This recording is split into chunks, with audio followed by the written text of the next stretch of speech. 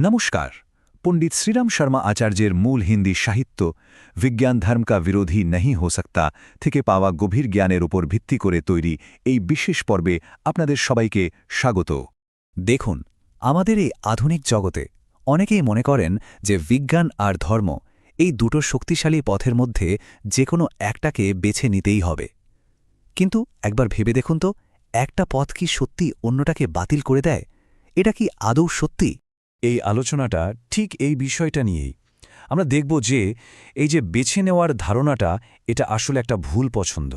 এটা একটা মস্ত বড় ভুল বোঝাবুঝি, যা কিনা মানবতাকে এক গভীর দ্বন্দ্ব আর অতৃপ্তির দিকে ঠেলে দিয়েছে। তো চলুন এই বিষয়টাতে একটু গভীরে যাওয়া যাক। আমরা প্রথমে বোঝার চেষ্টা করব এই দ্বন্দ্বটা ঠিক কোথা থেকে আসছে। তারপর দেখব ধর্মের আসল সারমর্ম কী আর বিজ্ঞানের ক্ষেত্রটাই বাকি। এরপর আমরা খুঁজব এদের মিলনের পথ, আর সবশেষে একটা সমন্বিত ভবিষ্যতের ছবি আঁকার চেষ্টা করব। চলুন শুরু করা যাক। আচ্ছা, বইটার শুরুতেই একটা অদ্ভুত জিনিস তুলে ধরা হয়েছে।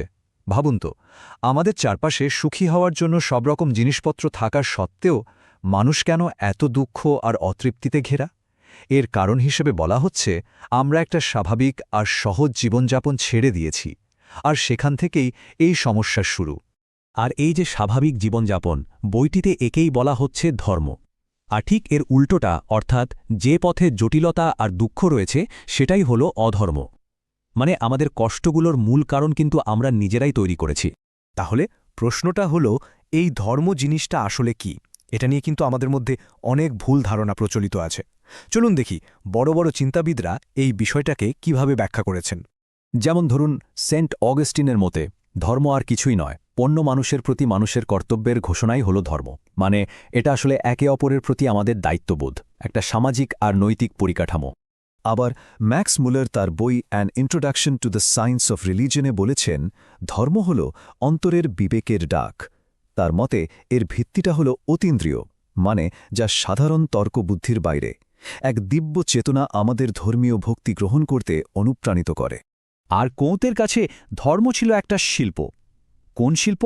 তার কথায়, অন্তরাত্মার কোমল সারমর্ম যখন বাহ্যিক জগতের সাথে সমন্বিত হয়, যে শিল্প এই প্রয়োজনীয়তা পূরণ করতে পারে, তাকেই ধর্ম বলা হয়। অর্থাৎ আমাদের ভেতরের জগতের সাথে বাইরের জগতের মেলবন্ধন ঘটানোর শিল্পই হল ধর্ম। তার মানে দেখুন, মূল কথাটা হল, ধর্ম কিন্তু শুধুমাত্র কিছু আচার অনুষ্ঠান নয়। ধর্ম হল ন্যায়পরায়ণতা, পুণ্য আর নৈতিকতার ওপর ভিত্তি করে আমাদের শারীরিক, মানসিক, পারিবারিক এবং সামাজিক কর্তব্যগুলো ঠিকভাবে পালন করা। এটাই সেই শাশ্বত নীতি যা এই গোটা সৃষ্টিতে ভারসাম্য বজায় রাখে। তো আমরা ধর্মের দিকটা তো বুঝলাম। এবার চলুন এই যে বিভাজনের কথা বলা হয়, তার অন্য দিকে তাটাই। মানে এবার আমরা দেখব বিজ্ঞানের ক্ষেত্রটা ঠিক কী আর এর কাজই বাকি। খুব সহজ ভাষায় বললে, বিজ্ঞান বস্তুজগৎকে বোঝার চেষ্টা করে। শক্তির আবিষ্কার আর তার ব্যবহারের মাধ্যমে আমাদের জীবনকে অনেক বেশি সুবিধাজনক আর আরামদায়ক করে তোলে। কিন্তু বস্তুগত শক্তির ওপর এই নিয়ন্ত্রণটা জানেতে একটা দুধারী তলোয়ারের মতো। একদিকে বিজ্ঞান যেমন আমাদের জীবনকে সহজ করার জন্য অসাধারণ সব সরঞ্জাম দিয়েছে, তেমনি অন্যদিকে এর ধ্বংসাত্মক ক্ষমতাও কিন্তু অসম্ভব। ভাবুন, একটা মাত্র পারমাণবিক অস্ত্র হিরোশিমাতে এক মুহূর্তে প্রায় ৭০,০০০ মানুষের জীবন কেড়ে নিয়েছিল। একদিকে বিজ্ঞান পদার্থকে শক্তিতে আর শক্তিকে পদার্থে রূপান্তর করতে পারে, আবার সেই জ্ঞান ব্যবহার করেই অভূতপূর্ব ধ্বংসের যন্ত্রও তৈরি করা যেতে পারে। কিন্তু বিজ্ঞানেরও একটা সীমা আছে। যেমন modern man in search of religion বইটিতে বলা হয়েছে, বুদ্ধি যতই ধারালো হোক না কেন, তা দিয়ে আধ্যাত্মিক সত্যকে পরীক্ষা করা যায় না। ব্যাপারটা ঠিক এরকম, যেমন একটা মাইক্রোস্কোপ দিয়ে আপনি দূরের তারা দেখতে পারবেন না, তার জন্য টেলিস্কোপই লাগবে। অর্থাৎ নির্দিষ্ট কাজের জন্য নির্দিষ্ট যন্ত্রের প্রয়োজন। আর এখানেই আমরা এই আলোচনার সবচেয়ে আকর্ষণীয় অংশে এসে পৌঁছেছি। আমরা এখন সেই বিন্দুটা খুঁজব যেখানে এই দুটো আপাতদৃষ্টিতে আলাদা পথ এসে একসঙ্গে মিলে যায়। বইটিতে বলা হচ্ছে যে সত্যিটা হল, শক্তি বা শক্তি ছাড়া এই জগতে আর কিছুই নেই। আর বিজ্ঞান আর ধর্ম, এ দুটো আসলে একই বাস্তবতাকে দেখার দুটো ভিন্ন রাস্তা ছাড়া আর কিছুই নয়। ব্যাপারটা খুব মজার, তাই না? দেখুন, ধর্ম এই শক্তিকে দেখছে অন্তশ্চেতনা হিসেবে, আর বিজ্ঞান তাকে দেখছে বস্তুকণা হিসেবে। ধর্ম সত্যকে খোঁজে অতীন্দ্রিয় অভিজ্ঞতার মাধ্যমে, আর বিজ্ঞান খোঁজে ভৌত পরীক্ষার মাধ্যমে। যেমন ধরুন গান্ধীজির আত্মশক্তি, যা দিয়ে তিনি কোনো লড়াই ছাড়াই স্বাধীনতা এনেছিলেন, এটা হলো অন্তশ্চেতনার শক্তি। আর অন্যদিকে পারমাণবিক বোমার শক্তি, যা অনেক বস্তুগত ক্ষমতা দেখিয়েছিল, সেটা হলো বস্তুকণার শক্তি। দুটোই কিন্তু আদতে সেই একই শক্তির দুটো ভিন্ন রূপ। বইটিতে একটা চমৎকার উদাহরণ দেওয়া হয়েছে। বলা হচ্ছে এই দ্বন্দ্বটা অনেকটা রাম আর শিবের ভক্তদের মতো। দেখুন, রাম শিবের উপাসনা করেন, আবার শিব রামের উপাসনা করেন। তাদের মধ্যে কোনো দ্বন্দ্ব নেই, কিন্তু তাদের অনুগামীরা নিজেদের ভিন্ন ভিন্ন স্বভাবের কারণে একে অপরের সঙ্গে লড়াই করে। বিজ্ঞান আর ধর্মের সম্পর্কটাও ঠিক এই রকম। মূল নীতিগুলো এক, কিন্তু তাদের অনুগামীরা ঝগড়া করছে। সুতরাং এটা পরিষ্কার যে একটার জন্য অন্যটাকে ছেড়ে দেওয়াটা কোনো সমাধান হতে পারে না।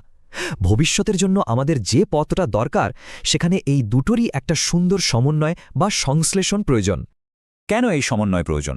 কারণ বিজ্ঞানকে যদি আমরা পুরোপুরি প্রত্যাখ্যান করি, তাহলে আমাদের বিশ্বাস অন্ধ কুসংস্কারে পরিণত হবে। আবার উল্টো দিকে ধর্মকে যদি আমরা বাদ দিই, তাহলে বিজ্ঞানের অসীম শক্তি লক্ষ্যহীন আর ভয়ঙ্কর এক ধ্বংসের শক্তিতে পরিণত হবে। আর এটা শুধু একটা দার্শনিক ভাবনা নয়। এইচ.কে শিলিংয়ের মতো পণ্ডিতরা তাদের সায়েন্স অ্যান্ড রিলিজিয়ন বইতে ভবিষ্যদ্বাণী করেছেন যে আগামী শতাব্দীতে ধর্মকে বিজ্ঞানের একটি অবিচ্ছেদ্য অংশ হিসাবে এবং বিজ্ঞানকে ধর্মের একটি অবিচ্ছেদ্য অংশ হিসাবে বিবেচনা করা হবে। তারা মনে করতেন এটাই মানব বিবর্তনের পরবর্তী ধাপ। তো এই আলোচনাটা আমাদের সবার সামনে একটা বড় চ্যালেঞ্জ রেখে যায়। কিভাবে আমরা আমাদের নিজেদের জীবনে বিজ্ঞানের দেওয়া বস্তুগত অগ্রগতির সাথে ধর্মের আধ্যাত্মিক জ্ঞানের একটা মেলবন্ধন ঘটাতে পারি? কিভাবে এমন একটা পথে চলা যায় যেখানে বস্তুগত সুখ আর আধ্যাত্মিক পরিপূর্ণতা দুটোই একসঙ্গে পাওয়া সম্ভব? চলুন শেষ করার আগে পণ্ডিত শ্রীরাম শর্মা আচার্যের এই অসাধারণ বইটির মূল কথাগুলো আরেকবার সংক্ষেপে দেখে নেওয়া যাক। প্রথমত, প্রকৃত ধর্ম মানে শুধু আচার অনুষ্ঠান নয়, বরং ন্যায়সঙ্গত আচরণ এবং নিজের কর্তব্য পালন করা। দ্বিতীয়ত, বিজ্ঞান এবং ধর্ম দুটোই আসলে একই মৌলিক বাস্তবতা, অর্থাৎ শক্তি নিয়েই চর্চা করে। ধর্ম এই শক্তিকে অন্তচেতনা হিসেবে দেখে, আর বিজ্ঞান তাকে দেখে বস্তুকণা হিসেবে। তৃতীয়ত, আসল দ্বন্দ্বটা কিন্তু বিজ্ঞান আর ধর্মের মূল নীতির মধ্যে নয়, বরং তাদের অনুগামীদের মধ্যে। চতুর্থত, বিজ্ঞানকে বাদ দিলে জন্মায় কুসংস্কার, আর ধর্মকে বাদ দিলে আসে ধ্বংস। আর সবচেয়ে গুরুত্বপূর্ণ হল, দুটো পথই একই জায়গা থেকে শুরু হয়েছে, আর তাদের গন্তব্য একই, আর তা হল সত্য। তাই মানবজাতির সম্পূর্ণ বিকাশের জন্য বিজ্ঞান আর ধর্মের সংশ্লেষণ অপরিহার্য। এটাই একটা ভারসাম্যপূর্ণ, প্রগতিশীল আর শান্তিপূর্ণ পৃথিবীর একমাত্র পথ।